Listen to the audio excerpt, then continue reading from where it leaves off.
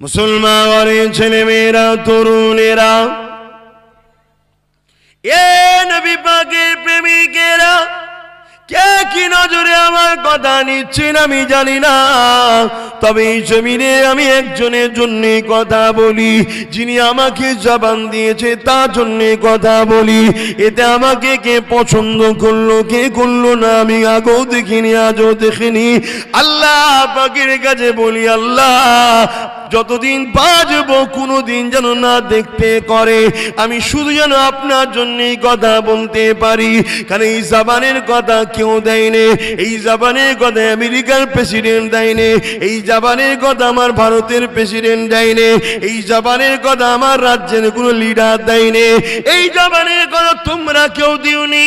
এই জবানে আমাকে ভাষা দিয়েছে আমার আল্লাহ, তিনি আমার খালেক, তিনি আমার মালিক, আমি তার জন্য কথা বলি। তিনি আমাকে কিছু কাজ দিয়েছে আমাদেরকে, ওই কাজগুলো আমি তোমাদেরকে সংক্ষেপে জানাই। প্রথম নম্বর কাজ হলো বিশ্বাস আনো। কি বিশ্বাস আনবো? আমানতু বিল্লাহ, আল্লাহর উপরে ঈমান আনো। আল্লাহটা কে? এই সময় মক্কার মুশরিকরা আমার নবীকে জিজ্ঞাসা করেছিল, যারা 360টা পাথরের মূর্তির উপাসনা করত, ওই সময় মহান স্রষ্টা আয়াত নাজিল করে দিলে, কুল হুয়াল্লাহু আহাদ আল্লাহুস সামাদ লাম ইয়ালিদ ওয়া লাম ইউলাদ ওয়া লাম ইয়াকুল লাহু কুফুয়ান আহাদ। এ বিশ্বের মানুষ তোমরা শুনে রেখে দাও, আমার আল্লাহ জানিয়ে দিলেন, বলো কাবলাম কুল, অর্থাৎ বলো নবী বলো, কুল হুয়াল্লাহু আহাদ, আল্লাহ হলো সে যিনি এক এক এক, আল্লাহুস সামাদ যিনি কারো মুখাপেক্ষী নয়, আল্লাহ কারো মুনাফিকি নয়, লাম ইয়ালিদ ওয়া লাম ইউলাদ, তিনার বাপ মা নাই, স্ত্রী ছেলে পুলে নয়, অর্থাৎ তিনি কারো থেকে জন্ম নয়, তিনার থেকে কেউ জন্ম নয়, তিনি নিজে খোদ মালিক কায়নাতে।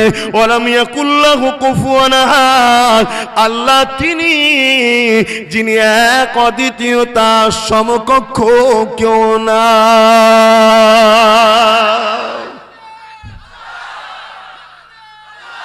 জায়গা সেই সময়ে দিয়ে খেয়াল করে আমি আলোচনার দিকে শর্ট করতে লেগেছি। তবে মনে রাখবেন, এই জমিনের উপরে আমাদের মালিক, আমাদের স্রষ্টা, যিনি আমাদেরকে বাঁচিয়ে রেখেছেন, নিঃশ্বাস দিয়েছে। এ যুবকেরা, তরুণেরা, বিমা তো তিনি দেয় আমাদেরকে সজাগ করার জন্যে। সুস্থতা অবস্থাটা কতটা বড় নিয়ামত আল্লাহর, এটাকে বোঝার জন্য তো তিনি আমাদের ঘরে বিমা দেয়। খোদার তো তিনি আমাদেরকে দেন। কেন দেন?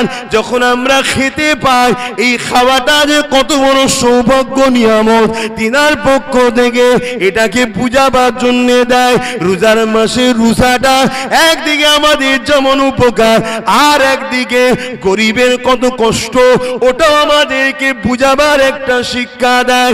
এ যুবকেরা, তরুণীরা, বাপেরা, তাই বলে দিয়ে যায়, কিয়ামতের দিনে কিন্তু তিনার সামনে দাঁড়াতে হবে। এই জমিনে অনেকে রয়েছে, মাকে রাতের অন্ধকারে বকেছে, মেরেছে, দুনিয়ার কেউ জানে না। ওর বিচার কোনো থানা কোর্টেতে হয়নি, ওর বিচার হওয়া দরকার আছে না নাই? ওর বিচার দুনিয়ার কেউ করেনি, কিন্তু বিচার ওর অবশ্যই এক জায়গায় হবে। সেই বিচারটা যিনি নেবে তিনি হলেন আল্লাহ, যিনি মায়ের মর্যাদা দিয়েছিল। ছেলে মাকে গালি দিয়েছে, বকেছে, মেরেছে, কেউ দুনিয়া দেখেনি, ওর বিচারটা হবে সেই বিচারের দিনেতে। এই জমিনের ওপরে আমি পীর সাহেব, আমি পীরের ছেলে, আমার পিছনে লাখ লাখ লোক দৌড়ে বেড়ায়। আমি দুনিয়া জমিনে কোন একটা মানুষের জমিকে দখল করে নিলাম, থানাকে কাছে করে নিলাম, লিডারদের কাছে করে নিলাম, দুনিয়ায় তো আমার বিচার হলো না। এ দুনিয়ার মানুষ শুনে রেখে দাও, বিচারের জায়গা দুনিয়ায় নয়। আল্লাহ কাজ দিয়েছে, টাইমও দিয়েছে, বিচারের দিন একটা নির্দিষ্ট রেখেছে। ওই দিনটা হলো ময়দানে মাশর। কাউকে তিনি বেকার তৈরি করেনি। তোমরা যদি মনে করো খাও দাও ঘুমো বিবি সংসার করো ছেলে ছেলে পুলে করো আর মরে গেলেই সব শেষ হয়ে যাবে, তাহলে চরম মূর্খের স্বর্গে বাস করছো।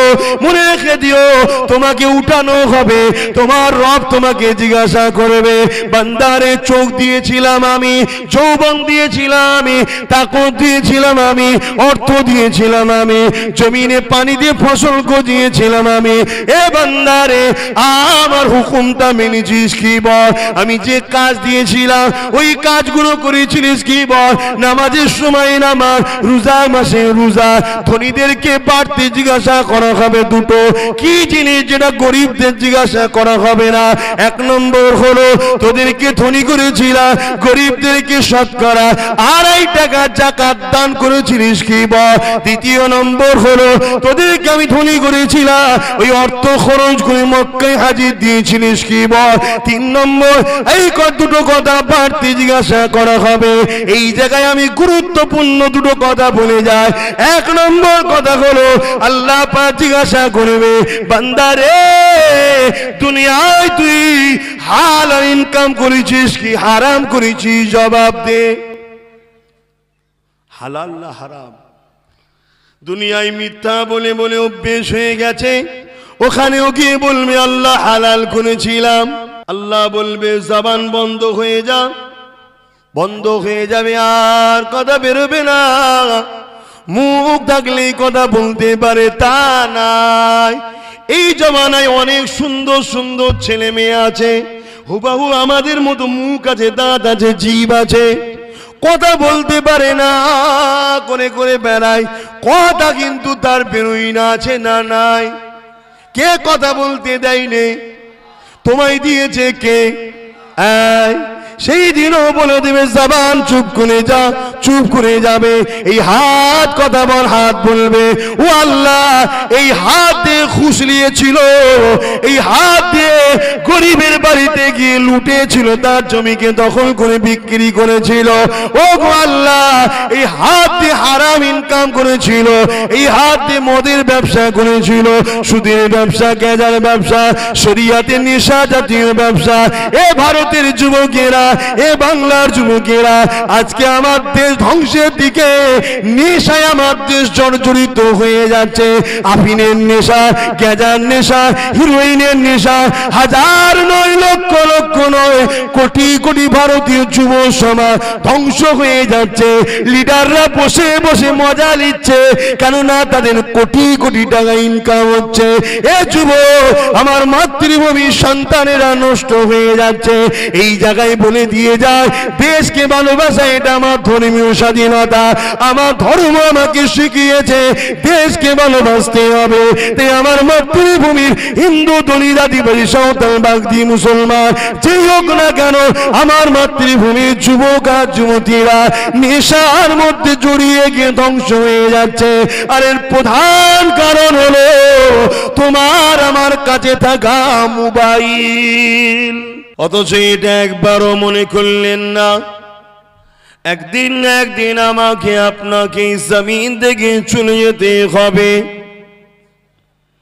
যেদিন আপনার আমার জানাজা হয়ে যাবে, কবরের জমিনে আমাকে আপনাকে শুইয়ে দেবে, ওই কবরের জমিনে তোমার আমার সাথে কেউ যাবে না।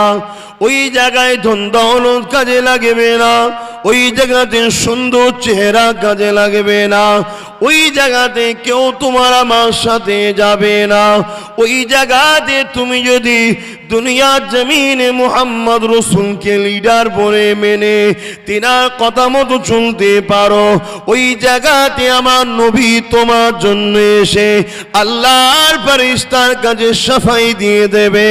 তুমি নবীকে চিনতে পেরে যাবে, কবরে তুমি আরামে ঘুম ঘুমাবে।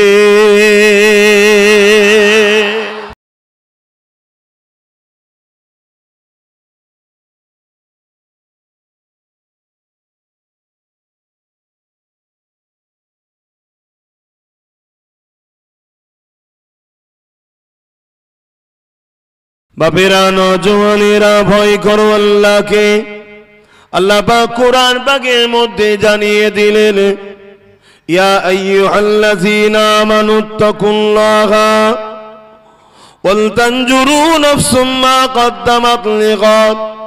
হে ঈমানদারেরা, তোমরা যারা ঈমান এনেছো, অর্থাৎ যারা বিশ্বাস করো আল্লাহকে এক বলে, আল্লাহ পাকের উপরে যারা ঈমান এনেছো, ফেরেশতার উপরে ঈমান এনেছো, কিতাবের উপরে ঈমান এনেছো, রাসূলের উপরে ঈমান এনেছো, আখিরাতের উপরে ঈমান এনেছো, ভালো মন্দ আল্লাহর পক্ষ থেকে হয় ঈমান এনেছো, এবং মৃত্যুর পরে আবার উঠানো হবে, বিচারের দিনের ঈমান এনেছো, তাদের সম্বন্ধে আল্লাহ পাক জানিয়ে দিলে, ওরে আমার বান্দা বান্দি রে, তোরা আমি আল্লাহ আমাকে ভয় কর, এবং আল তানজুরু নাফসুম মা কদ্দামাত লিগাদ। প্রতিটা মানুষের নফসের উচিত পরকালের জন্য সে কি করেছে ভাবা। এখন আমার কথা কে কিভাবে নিচ্ছেন জানি না, তবে মনে রাখবেন কুল্লু নাফসিন যায়িকাতুল মউত, প্রতিটা নফসকে মৃত্যুর স্বাদ চাখতে হবে। এই জমিনের উপরে আমরা দেখে আসছি, দাদু এসছিল চলে গেছে, দাদি এসছিল চলে গেছে, নানা এসছিল চলে গেছে, নানি এসছিল চলে গেছে। এ যুবকেরা অনেকে মনে করছি আমরা তো এখন বুড়ো হব তারপরে মারা যাব। না না, আমরা অনেক যুবকের জানাজায় হাজির হয়েছি। এ নওজওয়ানেরা, যারা হকের পক্ষে থাকে তারাও মারা যায়, ইন্তেকাল করে, যারা হকের পক্ষে থাকে না তারাও মারা যায়। মনে রাখবেন এই জমিনে মানুষও ইন্তেকাল করে, আর কুকুরও মারা যায়, জীবজন্তুও মারা যায়। এই দুটো মৃত্যু যেন এক না হয়ে যায়। এ যুবকেরা, তুমি হকের পক্ষে থাকলেও মরবে, আর হকের বিরুদ্ধে থাকলেও মরবে, কিন্তু তোমার জবাবটা নেবে তিনি, যিনি তোমাকে দুটো চোখ দিয়েছে, কান দিয়েছে, হাত দিয়েছে, পা দিয়েছে, যিনি তোমার খালিক, বেকার তোমাকে তৈরি করেনি। এ যুবকেরা, প্রতিটা আইন কানুন রয়েছে, তিনার আইন কানুনকে কেউ রদ করতে পারবে না। তিনি আমাদের জন্য কিছু কাজ দিয়েছে, ওই কাজ যদি করে না যেতে পারি, তাহলে তোমাকে আমাকে আখিরাতের জমিনে জবাব দিতে হবে। তিনি একটা নির্দিষ্ট জায়গা রেখেছে, ওই জায়গাতে তিনি হিসাবটা নেবে। ওই জায়গাটার নাম হলো ময়দানে মাশর। কিয়ামতের পর উঠানো হবে, ওই বিচারের দিন তোমাকে আমাকে সবাইকে দাঁড় করানো হবে। এ নবী পাকের প্রেমিকেরা, কে কি নজরে আমার কথা নিচ্ছেন আমি জানি না, তবে এই জমিনে আমি একজনের জন্য কথা বলি, যিনি আমাকে জবান দিয়েছে তার জন্য কথা বলি। এতে আমাকে কে পছন্দ করলো কে করলো না আমি আগেও দেখিনি, আজও দেখিনি। আল্লাহ পাকের কাছে বলি, আল্লাহ যতদিন বাঁচবো কোনোদিন যেন না দেখতে করে, আমি শুধু যেন আপনার জন্যই কথা বলতে পারি। কারণ এই জবানের কথা কেউ দেয়নি, এই জবানের কথা আমেরিকার প্রেসিডেন্ট দেয়নি, এই জবানের কথা আমার ভারতের প্রেসিডেন্ট দেয়নি, এই জবানের কথা আমার রাজ্যের কোনো লিডার দেয়নি, এই জবানের কথা তোমরা কেউ দিওনি। এই জবানে আমাকে ভাষা দিয়েছে আমার আল্লাহ, তিনি আমার খালিক, তিনি আমার মালিক, আমি তার জন্য কথা বলি। তিনি আমাকে কিছু কাজ দিয়েছে আমাদেরকে, ওই কাজগুলো আমি তোমাদেরকে সংক্ষেপে জানাই। প্রথম নম্বর কাজ হলো বিশ্বাস আনো। কি বিশ্বাস আনবো? আমানতু বিল্লাহ, আল্লাহর উপর ঈমান আনো। আল্লাহটা কে? এই সময় মক্কার মুশরিকরা আমার নবীকে জিজ্ঞাসা করেছিল, যারা 360টা পাথরের মূর্তির উপাসনা করত, ওই সময় মহান স্রষ্টা আয়াত নাজিল করে দিলে, কুল হুয়াল্লাহু আহাদ আল্লাহুস সামাদ লাম ইয়ালিদ ওয়া লাম ইউলাদ ওয়া লাম ইয়াকুল লাহু কুফুয়ান আহাদ। এ বিশ্বের মানুষ, তোমরা শুনে রেখে দাও, আমার আল্লাহ জানিয়ে দিলেন, বলো কাবলাম কুল, অর্থাৎ বলো নবী বলো, কুল হুয়াল্লাহু আহাদ, আল্লাহ হলো সে যিনি এক এক এক, আল্লাহুস সামাদ, যিনি কারো মুখাপেক্ষী নয়, আল্লাহ কারো মুখাপেক্ষী নয়, লাম ইয়ালিদ ওয়া লাম ইউলাদ, তিনার বাপ মা নাই, স্ত্রী ছেলে পুলে নয়, অর্থাৎ তিনি কারো থেকে জন্ম জন্ম নয়, তিনার থেকে কেউ জন্ম নয়, তিনি নিজে খোদ মালিক কায়নাতে। ওয়ালাম ইয়াকুল্লাহু কুফুয়ান আহাদ, আল্লাহ তিনি যিনি এক অদ্বিতীয়, তার সমকক্ষ কেউ না।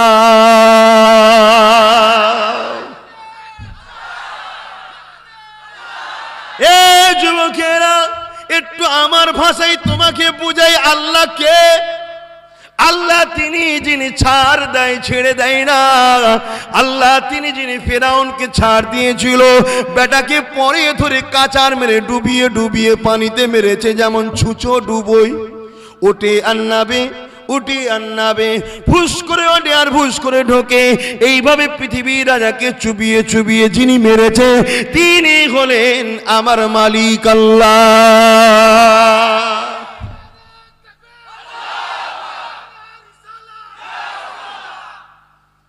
আমার ভাষায় একটু বলি, আল্লাহকে যিনি নমরুদ যখন বলেছিল, এই ইব্রাহিম রে, তোমার আল্লাহকে লে বড় তোমার ফকর তো দেখছি, তুমি যে আল্লাহর কথা বলো, কে তিনি?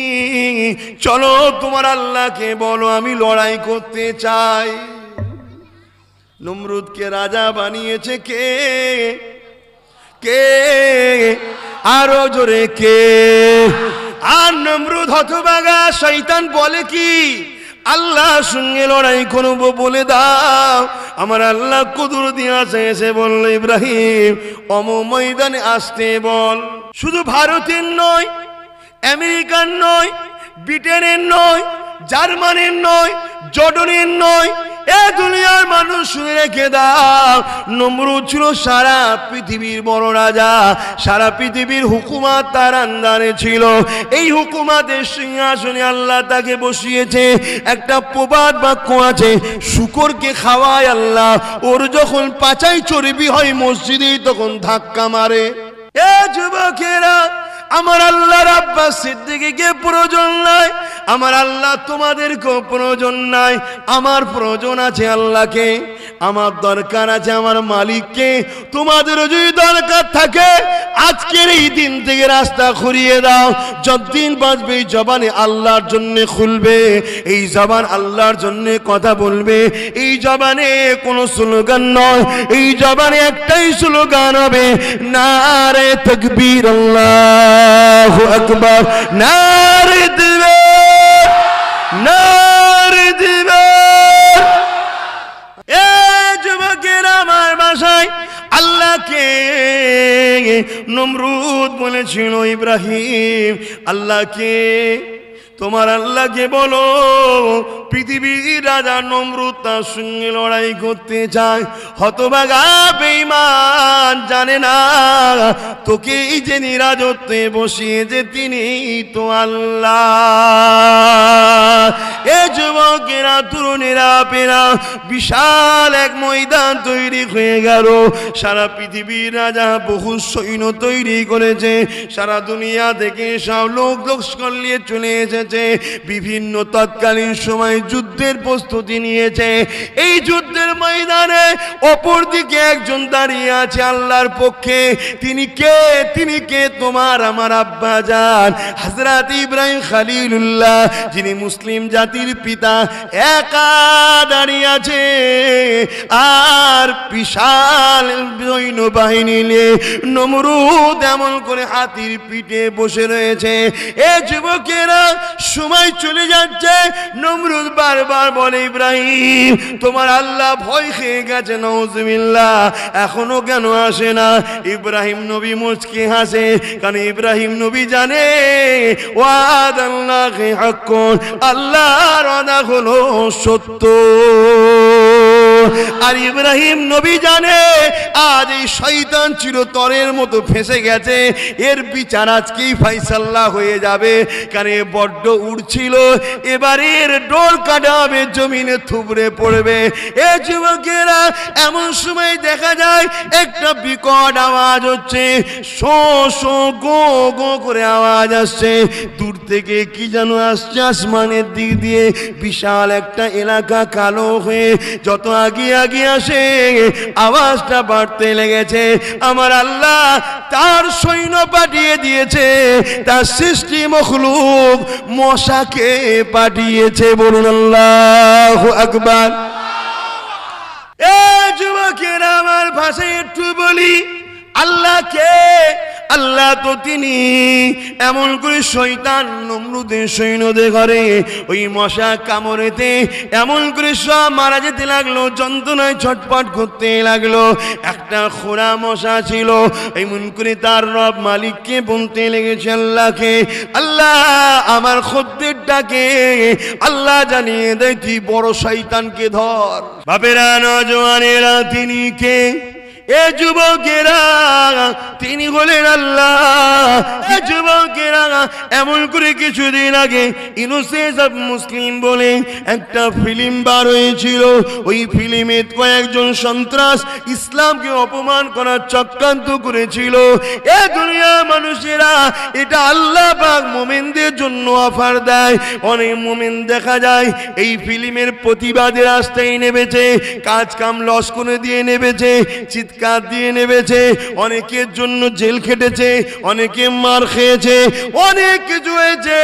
কেন তুমি করেছো? না, আমার নেতাকে আমি ভালোবাসি, আমার নেতা কাউকে অপমান করতে বলে না, কিন্তু আমার নেতাকে বারবার কেন অপমান করা হয়? এই জন্য আমি আমার অধিকার নিয়ে আন্দোলন করতে নেমেছি। কিন্তু ইবলিসের চালাদের হাতে ক্ষমতা, তারা জোর করে জুলুম অত্যাচার করেছে। এর বিনিময়ে আল্লাহ আমাদের ছোট ছোট এবং কবিরা গুনাহ খাতাকে মাফ করে দেয়। এ যুবকেরা, ওই জালিম গুণের বিচার কিন্তু আমার আল্লাহ পাক তিনি নিজে করেছে। পরবর্তী সময় পরে দেখা যায় কোন একটা জালিয়াতি কেসেতে তাদের ফাঁসি পর্যন্ত হয়েছিল। এ যুবকেরা, তরুণেরা, খোদা কাউকে ছাড় দেয়, ছেড়ে কিন্তু দেয় না আল্লাহ পাকটাকে।